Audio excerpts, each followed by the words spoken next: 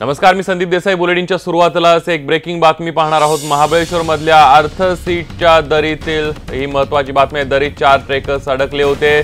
बहिरीची वाट या ठिकाणी हे पर्यटक अडकले होते. महाबळेश्वर ट्रेकर्सने रात्री 11:30 वाजता सर्वांना बाहेर काढलं.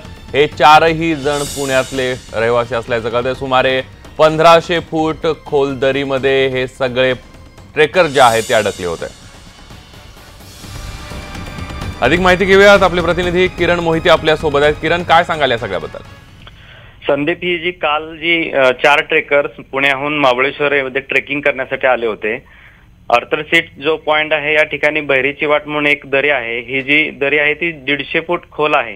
या दरीचा अंदाज न आल्यामुळे हे 4ही ट्रेकर्स या ठिकाणी अडकले होते.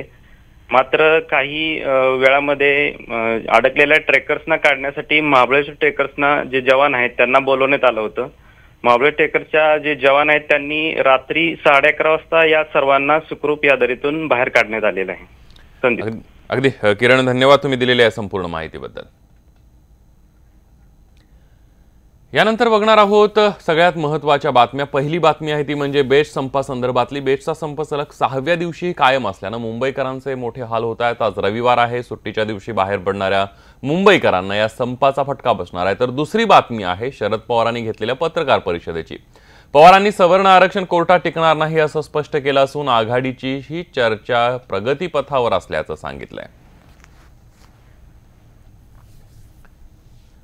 बेस्टच्या संपाच्या पेचातून मार्ग काढण्यासाठी मुख्य सचिवांच्या अध्यक्षतेखालील उच्चस्तरीय अधिकाऱ्यांच्या बैठकीतही काल तोडगा निघाला नाही. अखेर बेस्ट प्रशासनानं मागण्या मान्य करण्याबाबत लेखी आश्वासन देण्यास नकार दिल्यानं संप मागे घेण्यास कृती समितीच्या नेत्यांनी नकार दिला आणि त्यामुळे मुंबईकरांचे हाल आज 6व्या दिवशी सुद्धा कायम आहेत.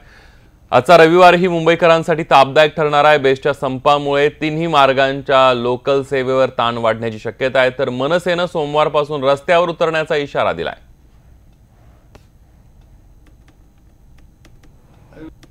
पर हम लोग कोई ना कोई निर्णय लेंगे और नहीं हुई तो ये स्ट्राइक हमेशा के लिए ऐसे ही चलते रहेगा. भले बेस्ट को ताला लग गया तभी कोई परवाह नहीं है. आज हमारे साथ में सब बांधव रात दिन यहाँ पे खड़े रह के, रात में जाग के, फुटपाथ पे सो के अपनी लाइफ के पूरे जिंदगी यहाँ पे आधी बिता दी, ऐसी लगने लग गई. वो टाइम पे पीछे हटने वाले है ही नहीं है. आणि याच आज 6व्या दिवसाची काय माहिती मिळते त्याबद्दल अधिक बोलण्यासाठी आपल्या सोबत अक्षय कुडकेलवार आपले प्रतिनिधी आपल्या सोबत आहेत. अक्षय, आज रविवार आलेला आहे, 6वा दिवस आहे. मुंबईकरांचा ताप काय कमी होत नाही. आज काय घडामोडी घडण्याची शक्यता आहे, या सगळ्याबद्दल सांगशील? संदीप, खरं तर काल सायंकाळी ज्यावेळी बैठक पार पडली होती दुपारच्या सुमारास उच्चस्तरीय समितीची जी समिती शासनाकडून स्थापन करण्यात आली, या समितीच्या बैठकीत काही निष्पन्न झालं नाही. त्याच नंतर आता शनिवार आणि रविवार या संपाबाबत काहीच घडणार नाही असं स्पष्ट झालं होतं. काल दुपारी साधारण 2:30 वाजताच्या सुमारास ही बैठक मंत्रालयामध्ये पार पडली, ज्यामध्ये बेस्ट कामगार कृती समितीचे पदाधिकारी सुद्धा उपस्थित होते. त्यांनी बेस्टचा संप सुरू राहील आणि दुसरीकडे या संपाबाबत तोडगा निघण्यासाठी चर्चाही सुरू राहील. संप कुठल्याही परिस्थितीत मागे घेतला जाणार नाही अशी भूमिका घेतली आणि त्यामुळे आज रविवार जरी असला, 6वा दिवस जरी असला संपाचा, तरीही हा संप कायम आहे. गेल्या कित्येक दशकातला हा सगळ्यात ताणला गेलेला संप आपल्याला म्हणता येईल. काल सुद्धा मुंबईकरांना काहीसं त्रासाला सामोरं जावं लागलं होतं. अर्थात काल शनिवार होता.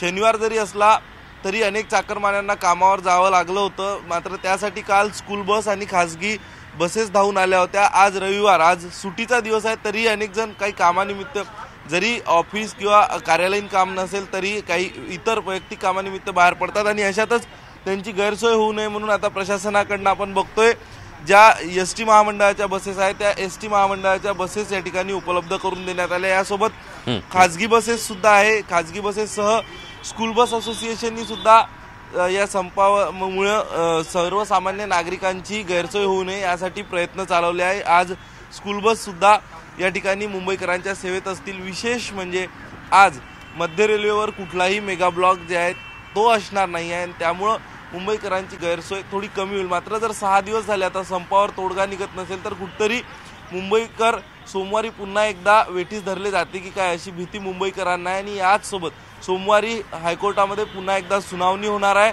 आणि महाराष्ट्र नवनिर्माण सेनेने ही आंदोलन आक्रमक करण्याची आणि रस्त्यावर तोडगा काढण्याची अर्थात तोडफोडीची भाषा महाराष्ट्र नवनिर्माण सेनेकडनं करण्यात आलेली आहे। काही वेळापूर्वी सोमवारपासनं नाक दाबून तोंड उघडण्याची भाषा संदीप देशपांडे जे मनसेचे सरचिटणीस आहे यांनी ट्विटद्वारे केली आहे।